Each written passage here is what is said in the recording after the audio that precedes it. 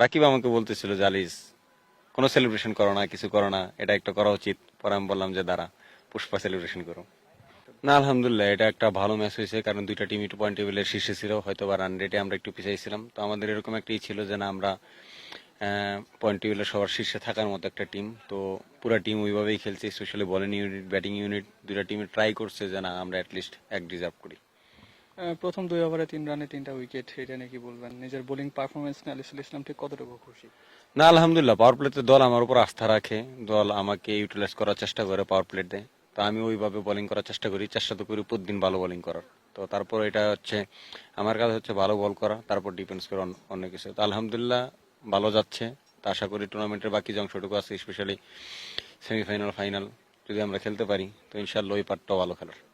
7 রানে 3 উইকেট পেয়েছে আবহাওয়ার রনি, ম্যাচ সেরা হয়েছে। তার কাছে জিজ্ঞেস করা হয়েছিল, সে একটা কথা বলেছে যে পাওয়ার প্লেতে আপনি ম্যাচের দৃশ্যপটটা চেঞ্জ করে দিয়েছেন। তো এটা নিয়ে কি বলবেন আসলে?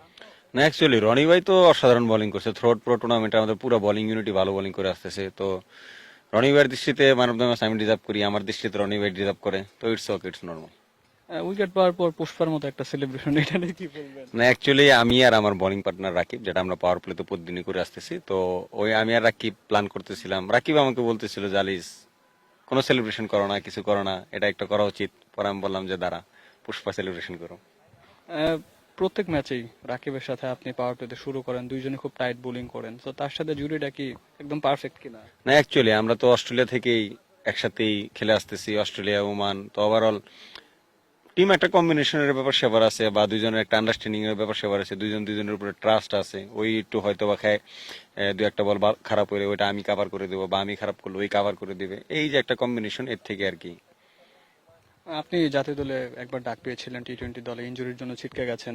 রাকিব এবার ভারত সিরিজে টি-20 দলের সুযোগ পেয়েছেন, ম্যাচ খেলতে পারেনি। দুজনে একবার করে ডাক পেয়েছেন, বাট অভিষেকটা এখনো হয়নি, দুজনে এখন একসাথে খেলছেন। স্বপ্ন তো একটাই। না না, স্বপ্ন এটা তো প্রতিটা ক্রিকেটারই স্বপ্ন থাকে ন্যাশনাল টিমে খেলার, আমারও আছে, আমি ব্যতিক্রম নয়। তো ইনশাল্লাহ যদি সুযোগ হয় তাহলে হয়তো বা ন্যাশনাল টিমও আমরা পার্টনারশিপ বোলিং করবো। 6 ম্যাচে 9টা উইকেট।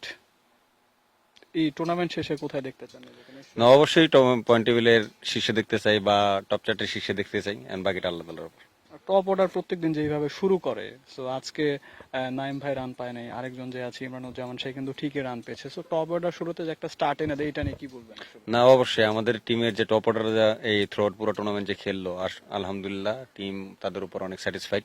তো আশা করি সামনের ম্যাচগুলো তো তারা ভালো খেলবে। আর তাছাড়া আমাদের মিডল অর্ডার গুলো, তারাও অনেক ভালো ব্যাটসম্যান, কিন্তু তারাও হয়তো ওইভাবে অপরচুনিটি পাচ্ছে না। তো আজকে ওই রকম ভাবে প্রুভ করার সময় ছিল। আজকে সাদমান ভাই ভালো খেলছে, ইমন ভালো খেলছে। তো ওভারঅল যে যেখানে সুযোগ পাচ্ছে ভালো খেলতেছে। 6 ম্যাচে 6টা জয়। ক্যাপ্টেন নাইম শেখকে নিয়ে কি বলবেন? ক্যাপ্টেন ফ্যান্টাস্টিক কিনা? না, অবশ্যই অসাধারণ। এটা ইটস নট ইজি অনেস্টলি, একটা টুর্নামেন্টে আপনি এখন পর্যন্ত আনবিটেন আছেন। তো অবশ্যই এখানে পুরো ওভারঅল পুরো টুর্নামেন্টের ম্যানেজমেন্ট থেকে শুরু করে, ইভেন কি বয়দের থেকে শুরু করে, যারা সাপোর্টিং স্টাফ বয়, তাদের থেকে শুরু করে সবার মধ্যে ওই আন্ডারস্ট্যান্ডিংটা আছে বলেই কিন্তু 6 ম্যাচে 6টা উইন হওয়া সম্ভব। তো ওভারঅল নাইম অসাধারণ ক্যাপ্টেন্সি করতেছে, হোপফুলি সামনে করবে। শেষ একটা প্রশ্ন, পরিবারের সাথে নিশ্চয়ই কথা হয়, এর আগে বিপিএল দুর্দান্ত পারফর্ম করছেন, এনসিএল টি-20টা দুর্দান্ত যাচ্ছে, সো ফ্যামিলি কি খুশি কিনা? না, অবশ্যই এটা তো ফ্যামিলি খুশি হওয়ারই বিষয়। তো আলহামদুলিল্লাহ তাদের দোয়া আছে, ভালোবাসা আছে। তো আলহামদুলিল্লাহ। সাথে একটা যোগ করি, 4 ডে ম্যাচে রানার্স আপ হয়েছেন, শিরোপা এবার নিয়ে যাবেন কিনা ঢাকায়? না, অবশ্যই টার্গেট একটাই, শিরোপার জন্য খেলা। তো যেহেতু আপনার টেস্ট ম্যাচে ওইভাবে শিরোপার রানার্স আপ শিরোপা ধরা ধরা হয়েছে, তো হোপফুলি এবার চ্যাম্পিয়ন শিরোপা